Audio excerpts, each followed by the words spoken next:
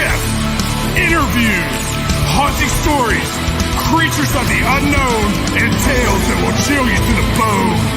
Brought to you by the UPRN Network and Pittsburgh Paranormal Society. Take a walk into the night with Shawn Kelly.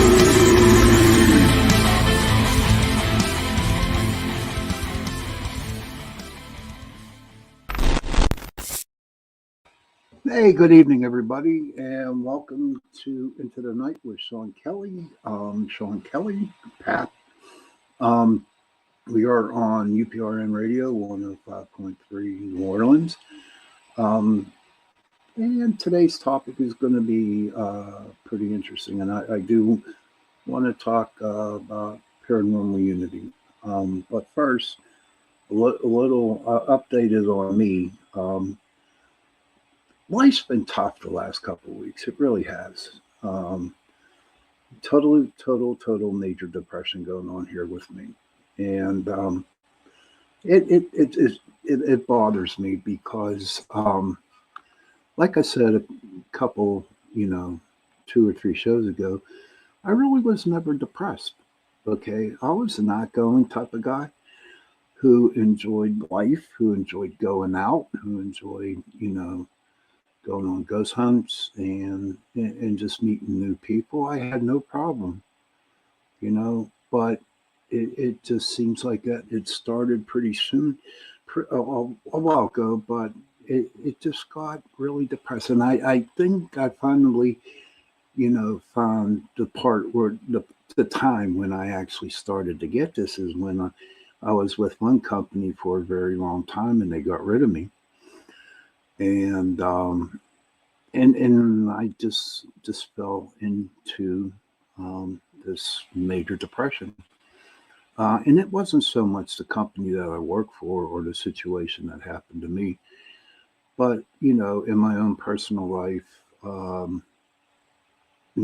situations going on in my family, and it's okay. It's not okay, but that's when it really started. And so, as you know, that I started, I was taking, antidepressant, and it was like taking the edge off a little bit for me. But, it quit working. It was like my body got used to it. And it was like not doing its job. So I went to my doctor. I had to check up last week. And he did take some blood tests, and listen, I'm 288 pounds. I eat fat. I just I destroy my body in foods. But you know what? They took that blood test and everything seemed to be, everything was right. The liver, the triglycerides, all kinds of everything that you get out of a blood test, because they did a major blood test on, like they took like 6 vials, man. And, I actually told the lady who takes the blood, I called her a vampire because that's all she'd been doing was taking blood out of me. But when I got the results back and went to see my doctor, everything was okay with everything else, but my depression wasn't okay. And he started me on this new medication, which is, a little stronger. I only take it 1 day a week. One day, 1 pill a day, to where the last time I was taking 3 pills a day. And so it just seems, it was working at first, just little happiness. But you know what? Honestly, dealing with spirits and dealing with everything that's happening in the world. Me and Michelle talked about it before the show, and it is just so much trouble going on out in the world. There's so much crap that, being an empath, okay, you pick up on that stuff. And that happens to me a lot. It's like and the sad thing is, it's real hard for me to shut off. Okay. Now, maybe there is a way of shutting it off. I don't know. But that's why I keep asking people on my show to do something nice, to be kind to everybody out there, make them smile, just tell them that they look beautiful, give them a hug and love them. You might not even know them, but that little gesture of making somebody smile really, really, really makes their day. It really does. I can guarantee it. So hopefully, with this medication that I got going, I don't like to rely on medication, and I will go back into a little bit here. Um, when I like I've been sober 31 years now, and my sobriety date is January 21st, 1991, and it was like I didn't want to take any pills that would alter my mind. Okay, even though they were prescribed by doctors or whatever, I just didn't want to do it because I'm a very addicted person. And for me, if I start, if you gave me a pill and said this is going to help you, I'd eat them, and I would abuse them. And I remember one time that I had a hernia above the navel, and I told the doctors that I don't want no drug. I don't want no Percocets. I don't want no Percodans. And in order for me to leave the hospital, I had to take a Percodan. And all it did was give me a headache. I didn't like that, and because I know for a fact, I know me, that I would definitely get addicted to them. And I fought hard for it, I fought hard. I doubled up on my meetings. I talked to my sponsor a lot, and I just didn't want to do it. So I made that conscious decision not to take those pills. And by the grace of God, I haven't yet. But getting up in age, okay, it just seems like my body was changing, okay. Um, Getting more depressed, uh, more being a downer, you know what I mean? And it sucks getting old. I don't know if anybody else out there, deals with that, but it really sucked. And so I'm on these pills now, you know, and we'll see where it goes from there, you know. I just like to just get rid of it all, you know, and get back to the Shawn that I used to be. Because I'm not a bad person. Really, I'm not, you know. For me, what I'm learning to do now for me is that I'm learning to, enjoy my life, instead of worrying about other people and other different situations that I have no control over. And being a Gemini, we worry about that stuff. We do a lot of thinking. You know what I mean? We do a ton of thinking, and I'll take a little thing that has happened to me that day, and I will get it to the part by the end of the night before I go to bed that it turns out to be this major thing, and I can't sleep at night, and it it just drives me crazy. Literally drives me crazy. But then again, the next day I'm so worked up that I go into work and I ask them, is this going to happen? And they're like, don't worry about it, you know. And I did, and nothing happened. So for me, my anxiety, my depression is for real. It's for real. Um, and slowly but surely, working back to it. But with the depression, okay, and the anxiety, is it part of paranormal? Paranormal, you know. Since 2006 till now, I've done over thousands of investigations, helping people, going to places, dealing with ghosts. Is it possible? Of course, it's possible. You know, it's possible because y- I wasn't taking care of myself, I guess. I was more concerned about my clients, my group members, and the group. And maybe there was at a time when something did get attached to me.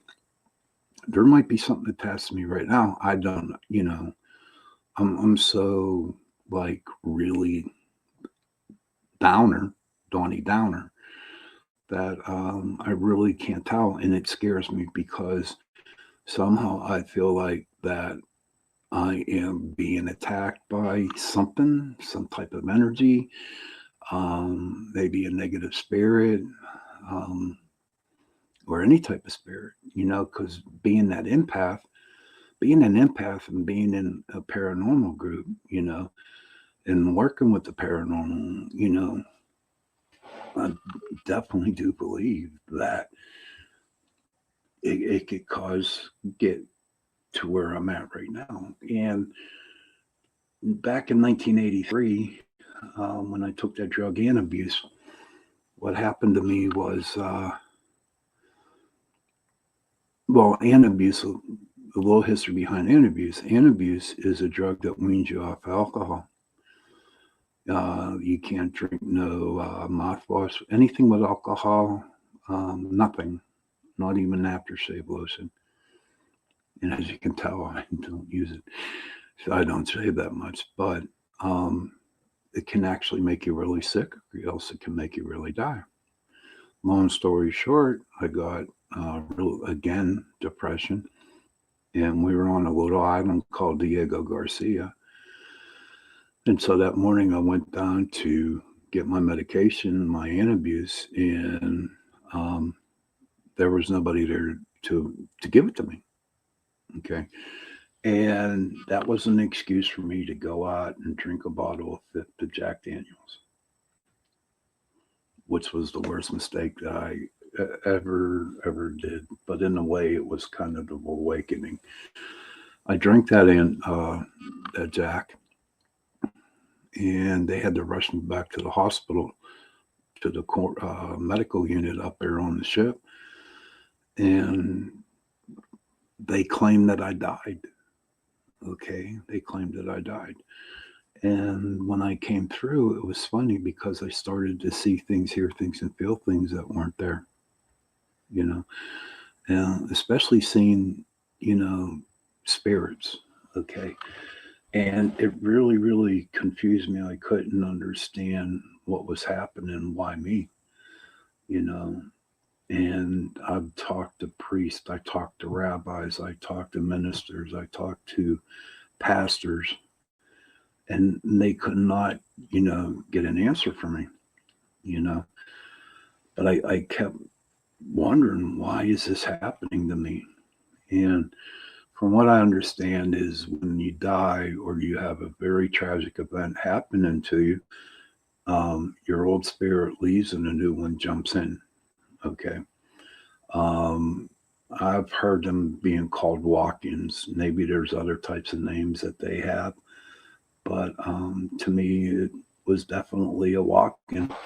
And what was crazy about that was I was 21 at the time when that happened, and I could not remember anything, when I started in first grade, all the way up to high school, and even a couple years while I was in the Navy, and it's just like I lost all track of my past when that happened. Now, it's crazy.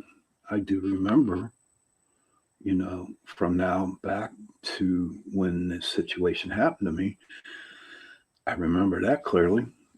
Excuse the earpieces came out, but and so in 1985, I was down in Florida after I got out of the service, and I was staying with a couple that were really big into the metaphysical.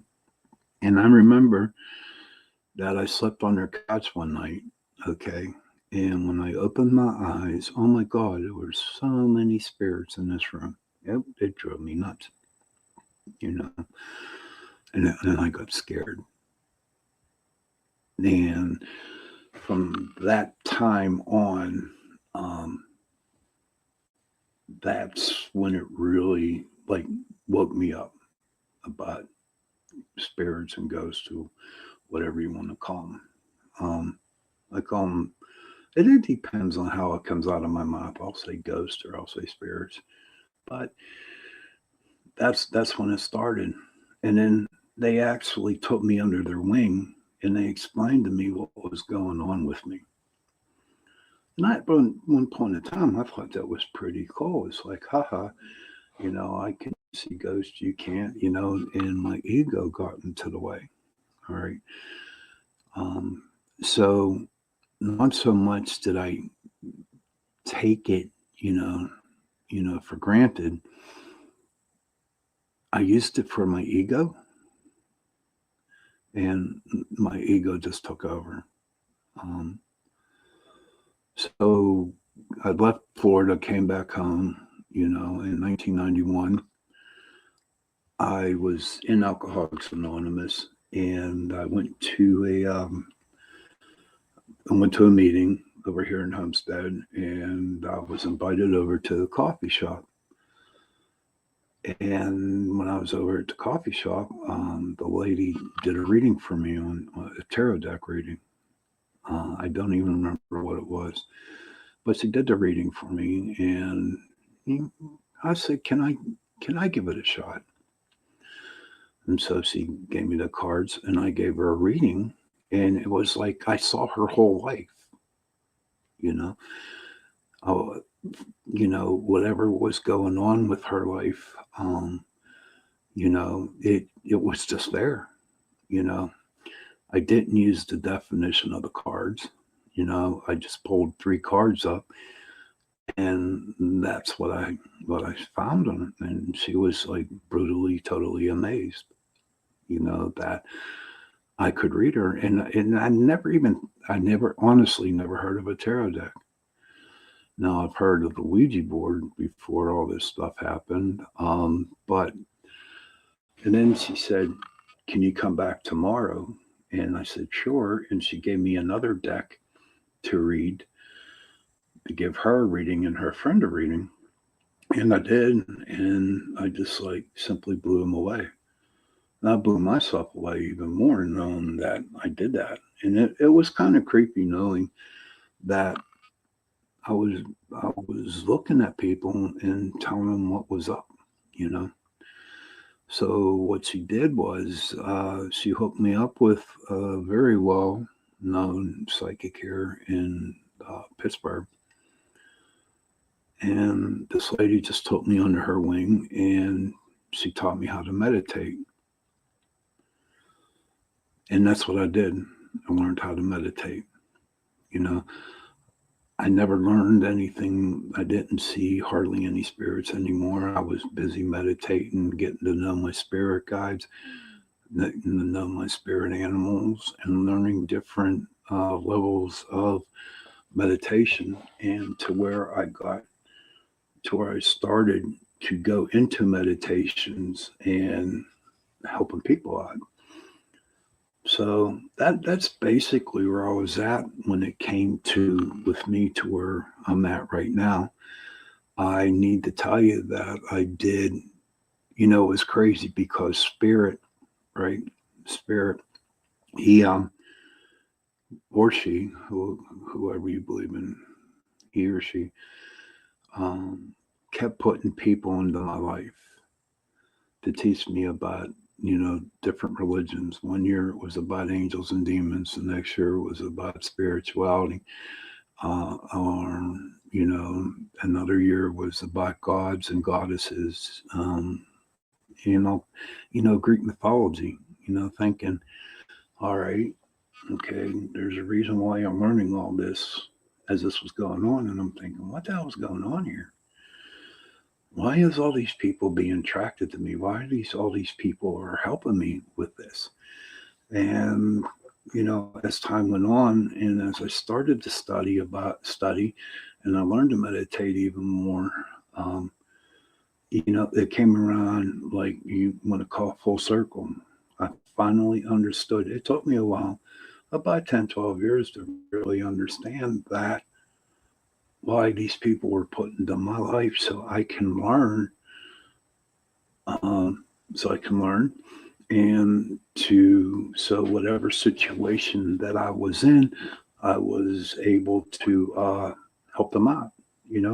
It's funny. I remember one time I go to a 7-Eleven here, and I was talking to my Pakistani friends who are on it, and for some reason, the word "jinn" just came out of my mouth.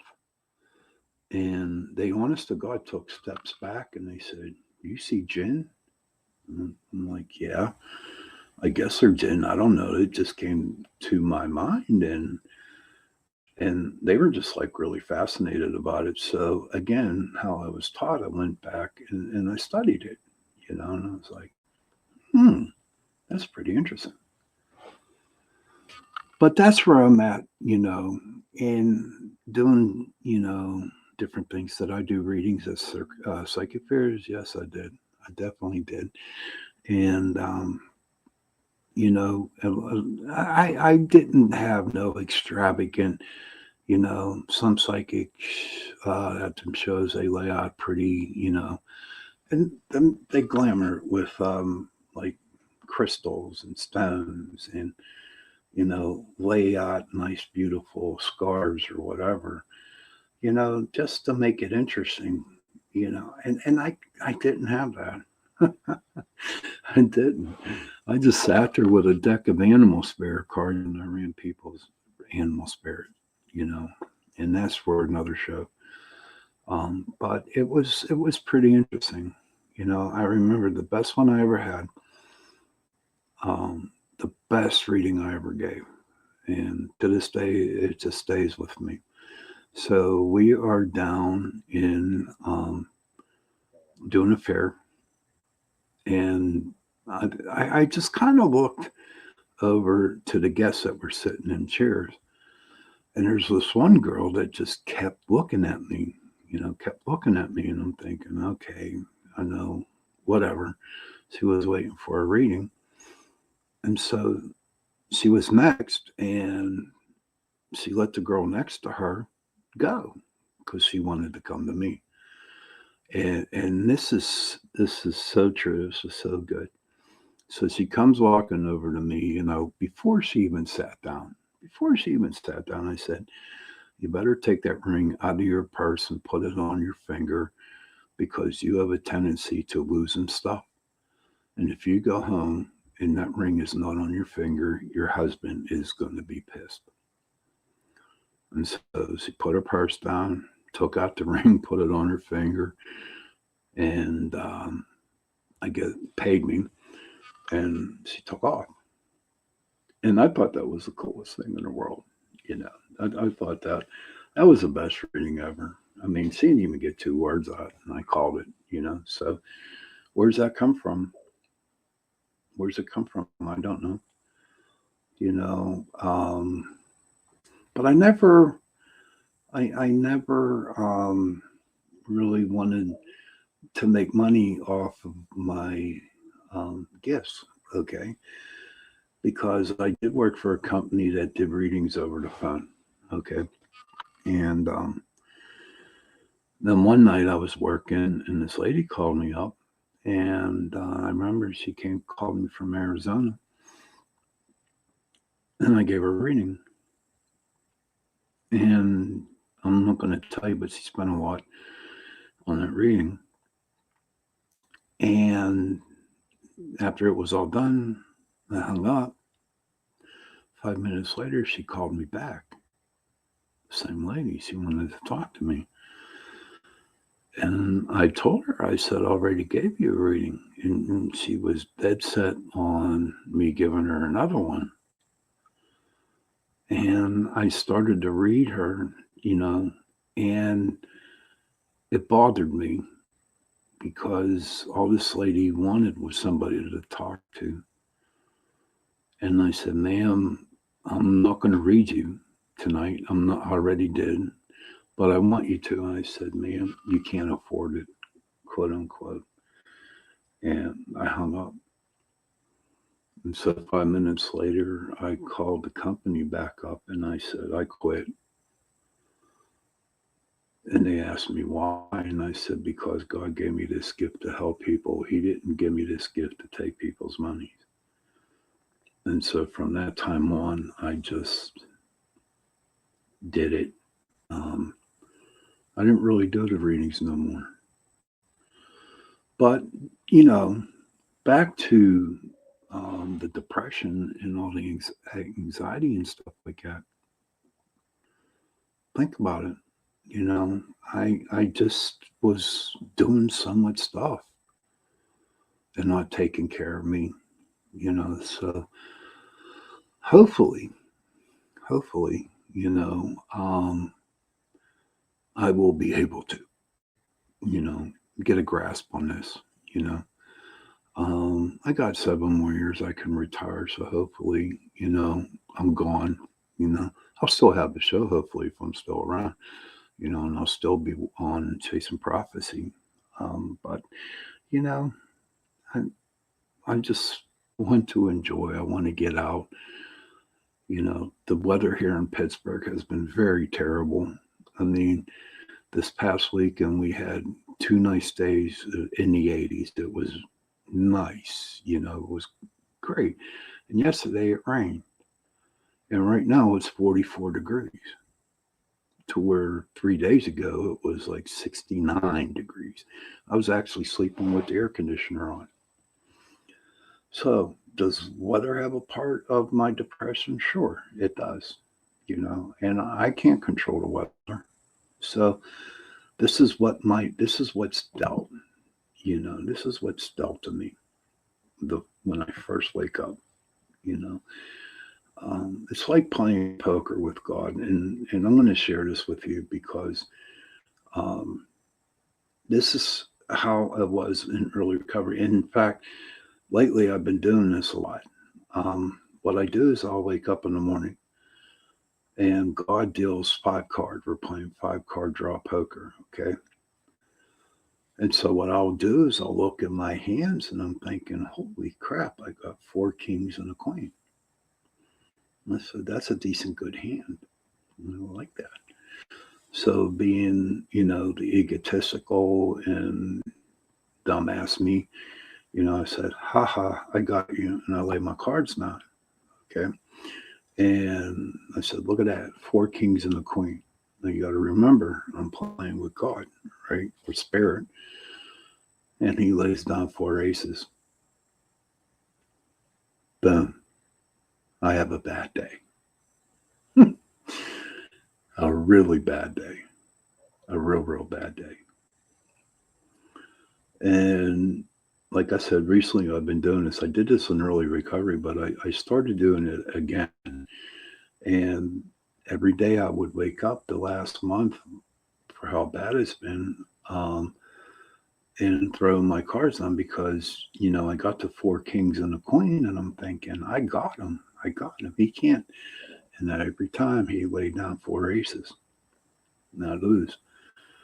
But I remember I had one good day. During this past month.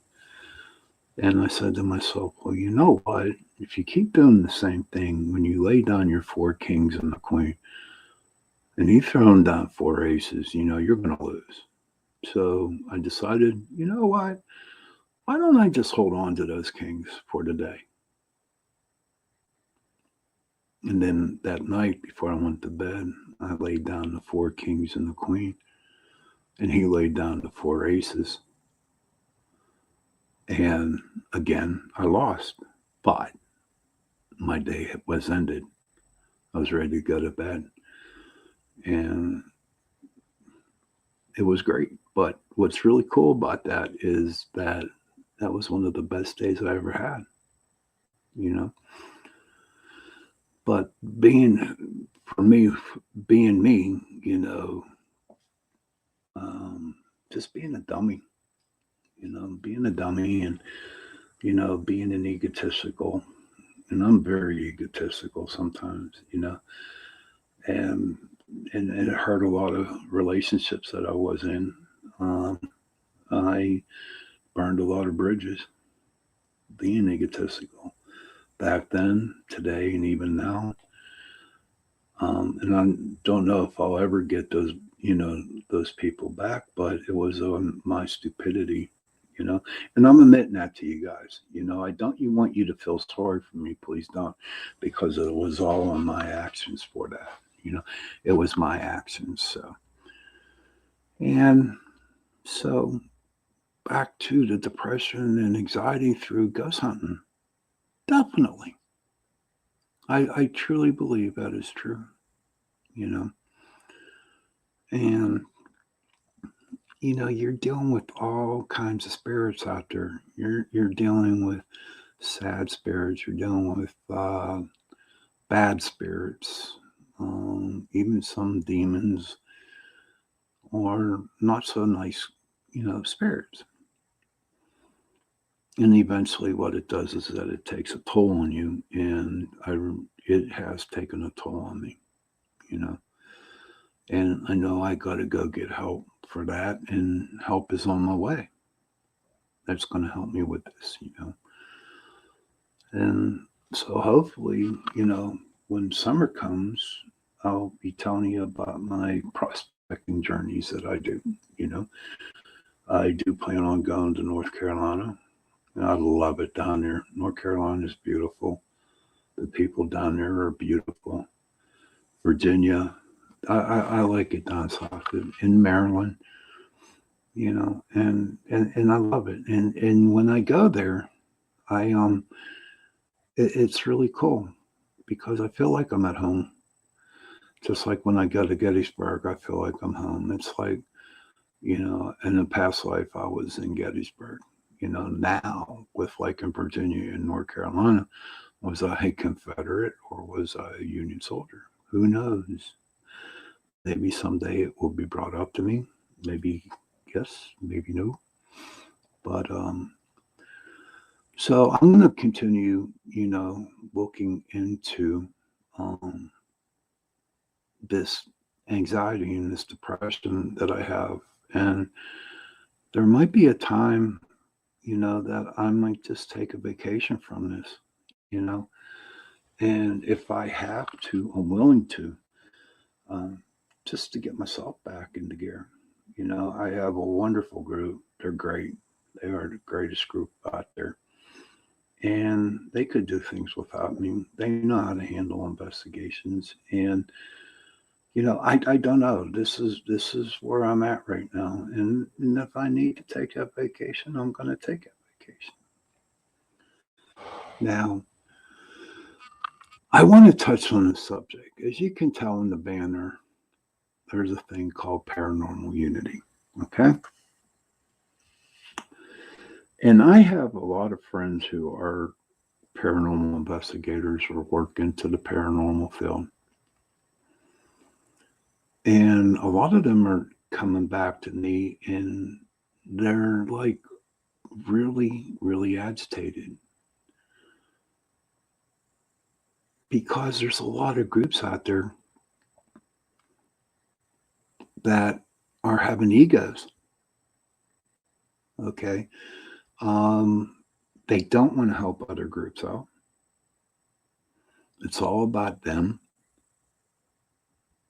They think that they're, the creme la creme, whatever the hell you want to call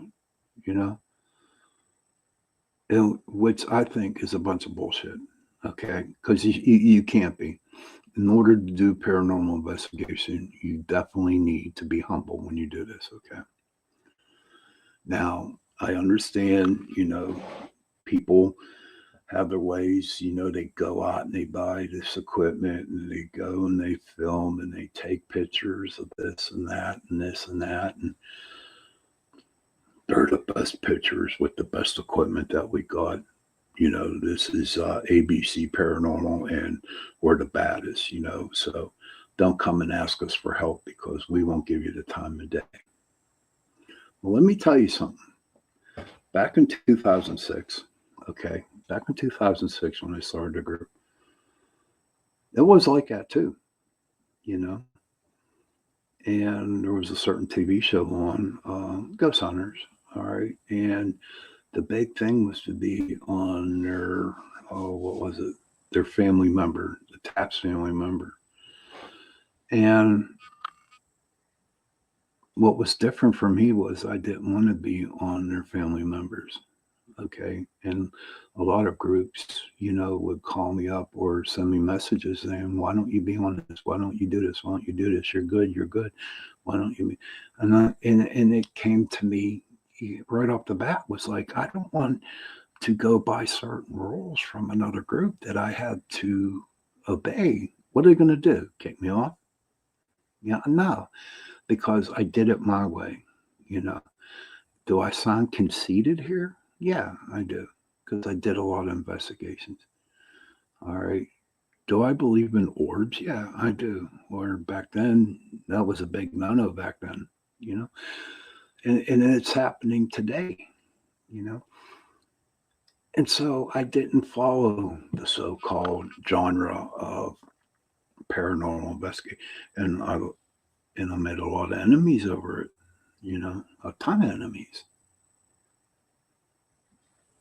And now, it's happening again.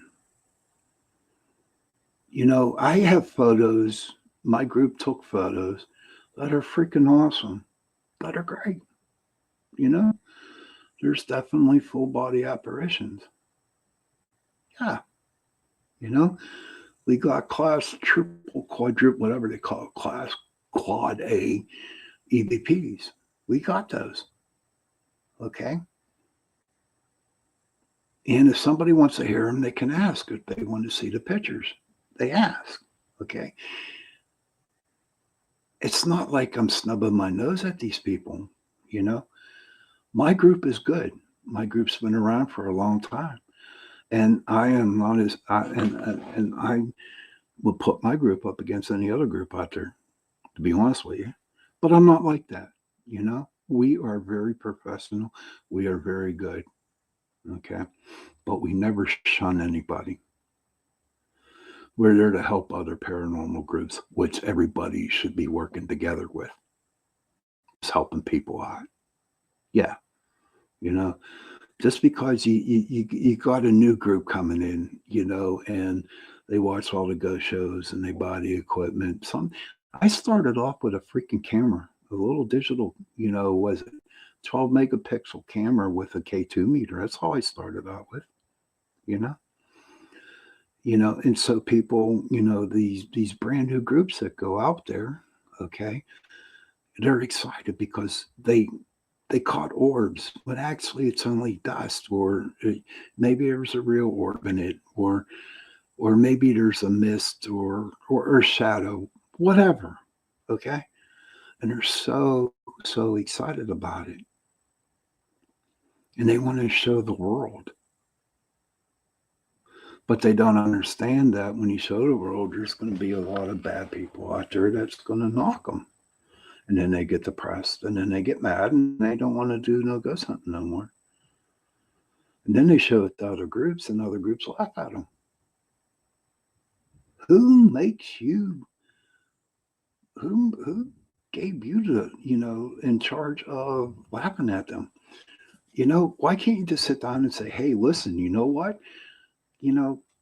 From my experience, this is dust. Okay. Or if you're outside, this is kind of dew because it was a little bit raining that day. But you always tell them that it's a decent picture because you don't realize or you don't understand, okay, that picture means a ton to them. A ton. And you have to go and snub your nose and tell them, well, we don't want to help you. The paranormal community, honest to God, is great. Okay. There are some good paranormal groups in there. In fact, there's a lot of them. And I have a lot of friends that are paranormal investigators. And then there's that handful, or maybe a little bit more than a handful out there that make it really, really nasty for us, you know. Granted, everybody's entitled for an opinion, but you never should shun anybody away. Because I can guarantee when you started investigating, you felt exactly how that new group member felt, new group started. And that's how you felt. I can guarantee it 100%. There's a lot of people out here in the paranormal, and any new group out there. There's a lot of groups out there that will help you. That will help you explain what kind of evidence that you got. Okay? And show you different not tricks, but explain to you what's going on in that picture. There are groups out there that will help you. And Pittsburgh Paranormal Society is one of them. You can ask as many questions that you want. You know, I'm not going to shun you. My group's not going to shun you. We're going to help you. But whenever we give you, our answer or what we think it is, we're going to tell you what we think it is. But we're not going to hurt you. We're not going to degrade you. Everybody, I mean, literally, everybody in the paranormal community should help each other out. What is the big deal to get the best freaking ghost picture out there? To go to the most haunted places out there, that you see on TV? I can go into your house and find ghosts. I don't have to pay a cent, my group, they like to go to different places and I go along with them, and it's nice to go to places where other groups have been and where they had different, situations happen with, being on TV and stuff like that. But you know what? If you're out there, okay, honestly, if you're out there and you're a new group, okay, my first piece of advice to tell you is that whatever you take, hold on to that picture and don't show it to people or don't put it out on the internet. Because I can guarantee you they're just going to ridicule you. It happened to me. And I got mad and didn't want to do it anymore. But you know what? I kept on going because it's what I wanted to do. And it's like, getting a rush. Going to a cemetery, it was a rush. Going to Blue Miss Road, my favorite place to go, it's a rush. And then you go down and you take your pictures. And then by the time the investigation is done, you're tired and you got to go home. And then the next day, look at your pictures and see what you pick up. But to all you paranormal groups out there that snub their noses at other paranormal groups, it's not cool. I suggest that you really sit down and look at yourselves and see where you stand with the paranormal groups. We're here to help everybody out. We're not here to hurt. We're not the best. No one's the best in this field. We are here to help people and to understand people, help them understand what's going on. And for the new group, if you're going out and you want to go to a cemetery, always remember to get permission to go. Wherever you go, make sure you get permission. And the biggest thing that I suggest too would be take somebody along who knows what they're doing. You just don't grab a camera and go out and shooting, because like me, something did attach. Maybe. I don't know. I'll find out next week. But you don't know. It's a dangerous situation. But everybody should help everybody out. They should. And that's, to me, is paranormal unity. I always believed in it at the beginning.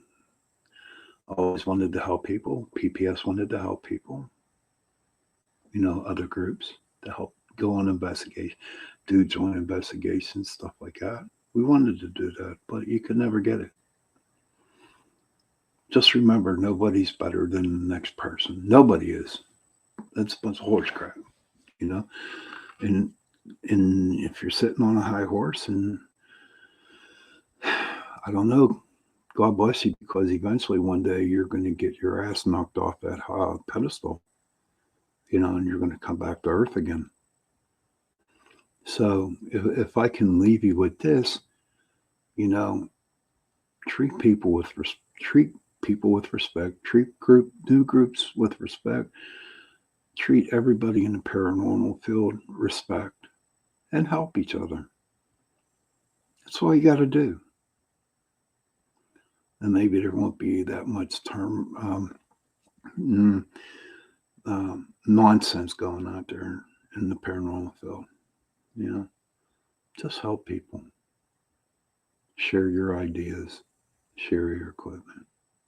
And if a group can't afford it, go along with them and use your equipment. But I really needed to let that go. I really needed to talk about it because it's been coming to me for a long time from a bunch of paranormal friends. And so I figure I'd talk about the paranormal unity about it. And I'm glad I did, Just, enjoy the ghost hunt. That's what you need to do. So as usual, before I close up, let me see, I got about, 2 more minutes or a minute and a half. So I want to thank everybody for joining me on Into the Night tonight. And,